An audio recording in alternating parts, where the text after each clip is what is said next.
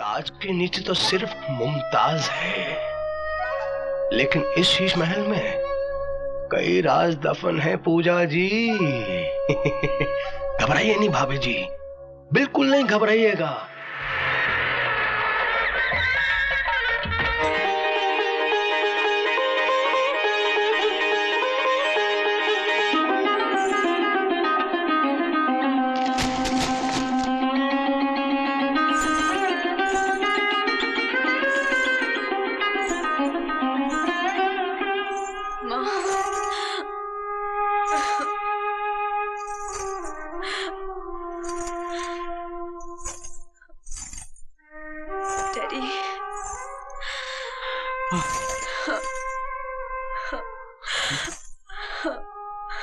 बेटी, माँ बाप जो कुछ भी करते हैं औलाद की खुशी के लिए करते हैं।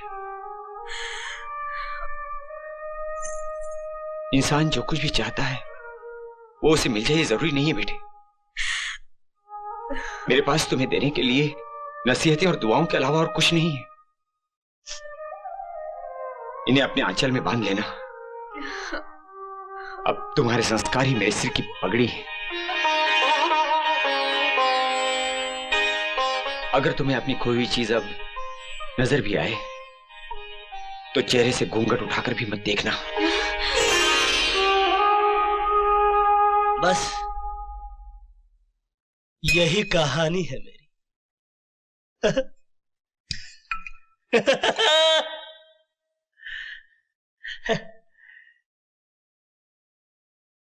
इस दुनिया में दौलत पैदा करना बड़ा आसान है, मगर किसी के दिल में घर बनाना बड़ा कठिन है। भरे सावन में रेगिस्तान लगता है, ये घर मेरा खाली मकान लगता है। बस मास्टर, हम तो गए मास्टर, हम तो गए।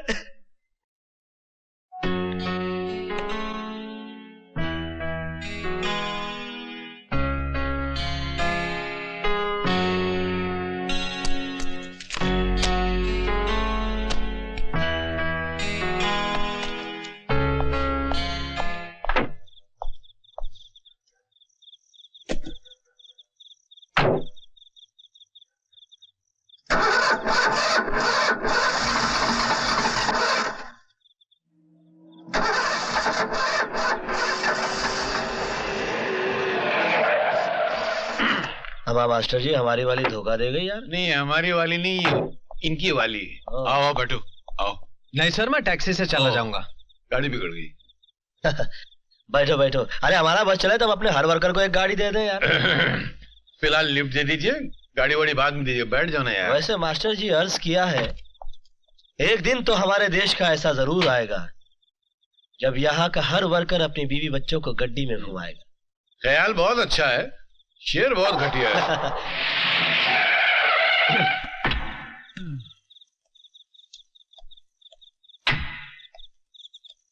हाँ भाई। Thank you sir. अरे कुछ नहीं है। अगर तकलीफ ना हो तो अंदर चलकर एक प्याला चाय हो जाए। चाय? मियाँ इस वक्त चाय? ये तो शाम की तौहीन के बराबर है यार। Please sir. मास्टर जी समझाइए इसको। अरे छोड़ो ना अपना आदमी, इसकी बात को क्या रफू करना। मियाँ आपकी चाय उधार रही है, पर फिर कभी। लेकिन अगली बार इनकार नहीं करेंगे। नहीं, बिल्कुल कभी नहीं है। Thank you sir. Good night. Good night. हाँ मास्टर जी जरा निकालिए हल्के से। औरों के लिए गुनाह सही, बहुत अच्छे। हम पिए तो सवाब बनती है। बनती है। अरे 100 गमों को निचोड़ने के बाद एक कतरा शराब बनती है।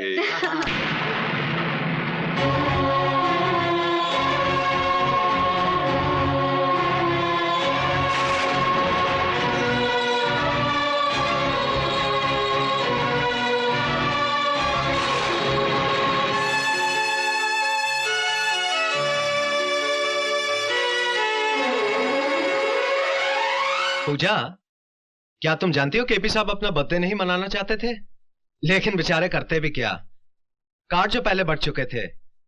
हाँ, पहले मैं भी नहीं जानता था कि केपी साहब ऐसे क्यों हैं, मगर बाद में पता चला कि वो तो एक मामूली मैकेनिक थे, एक अमीर बाप की खूबसूरत बेटी जिसके लिए वो करोड़पति बने। अरे एक बात तो तुम्हें बताना भूल ही गया। जानती हो उनके घर का नाम क्या है? क्या? पूजा हाउस। 20 करोड़ हवेली की दाम उन्होंने 21 करोड़ दिए, सिर्फ इसलिए कि ऐसा घर चाहिए था। पूरे शहर में ऐसी हवेली नहीं है। और इसीलिए उन्होंने राजा साहब की हवेली खरीद ली। मालूम है बड़े आदमी का घर कैसे पहचाना जाता है? जब उसके घर में पार्टी हो और गाड़ियों की लंबी लाइन लगी हो। और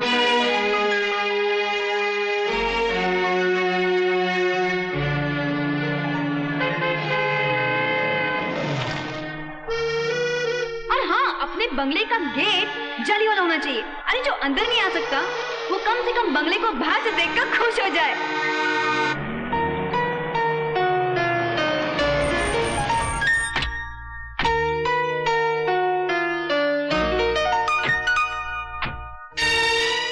गाड़ी रुकने के बाद जब शोफर दरवाजा खोले तो लगना चाहिए कि पार्टी सॉलिड है।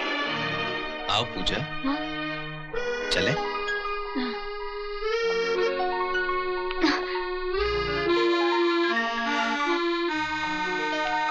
हाय मिस्टर दीपक।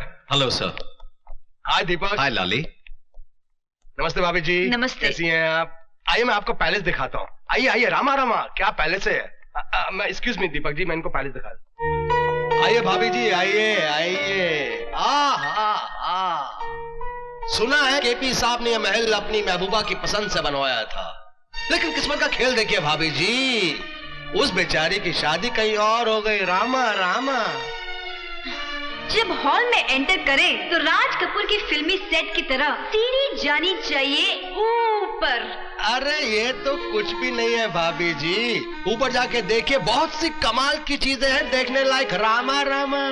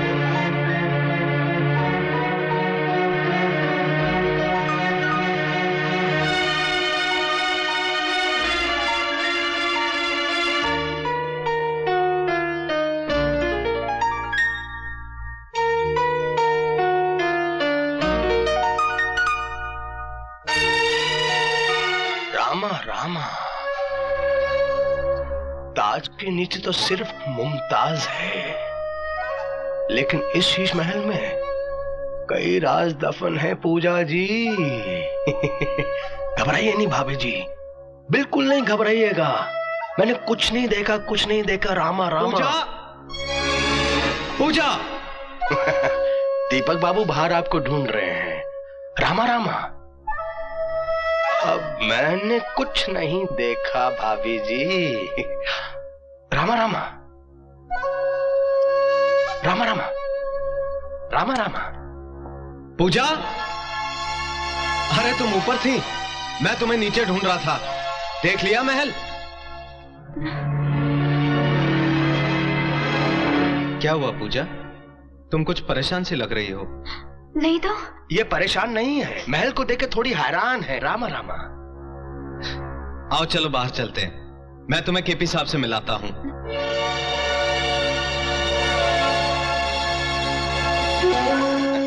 रामा रामा। सर आप जियो हजारों साल, हर साल के दिन हो 50,000। मुझको लंबी उम्र की दुआ न दो, जितनी गुजरी नागवार गुजरी है। मुझे इस बात की खुशी नहीं है कि आज मेरा जन्मदिन है, बल्कि इस बात की खुशी है कि मेरी गम भरी जिंदगी का चलो एक और साल कम तो हुआ। जिंदगी की उम्र इनके दुश्मनों की कम हो। मैं तो कहता हूं भाइयों, इस महफिल की उम्र भी इनको लग जाए। क्यों रामा रामा?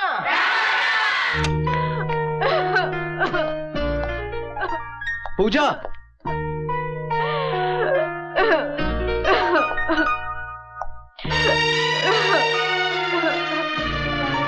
ए पूजा, अरे पगली, इसमें तेरा क्या कसूर था? तू क्यों रो रही? मैं जानता हूं पूजा कि तुम मुझसे बहुत प्यार करती हो और मेरे सिवा कोई तुम्हारे ख्याल में भी नहीं आ सकता। मैं तो सोच भी नहीं सकता था कि जिस आदमी को कल तक मैं एक देवता समझता था, वो इतनी गिरी हुई हरकत कर सकता है। मैं उसे कभी माफ नहीं करूंगा। मैं आज ही उसकी नौकरी छोड़ दूंगा, लौटा दूंगा उसकी दी हुई बंगले और गाड़ी की चाबियां। किसी शैतान की दी हुई सौगात से किसी इंसान की दी हुई खैरात ज्यादा अच्छी है।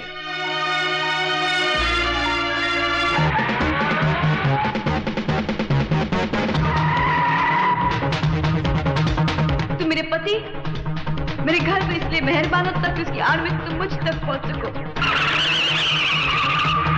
तुम्हारे अंदर आज भी मुझे पानी की हसरत जिंदा है, आज भी मुझे पानी की हसरत जिंदा है, आज भी मुझे पानी की हसरत जिंदा है। तो मुझे उनका समझ लो, वैसे बात समझ। मुंह दिखाने काबिल नहीं रहेगा समझे, मुंह दिखाने काबिल नहीं रहेगा समझे, मुंह दिखाने काबिल नहीं रहेगा समझे।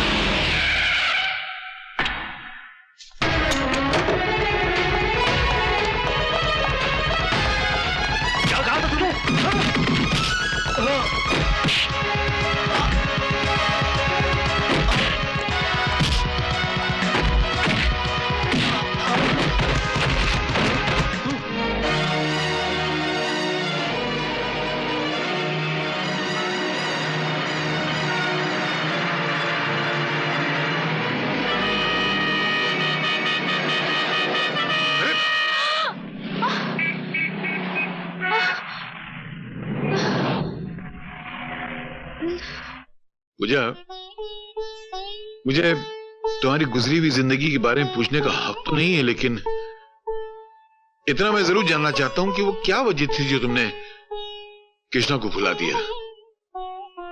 मैंने इसलिए भुला दिया क्योंकि मेरी शादी दीपक से हो गई थी।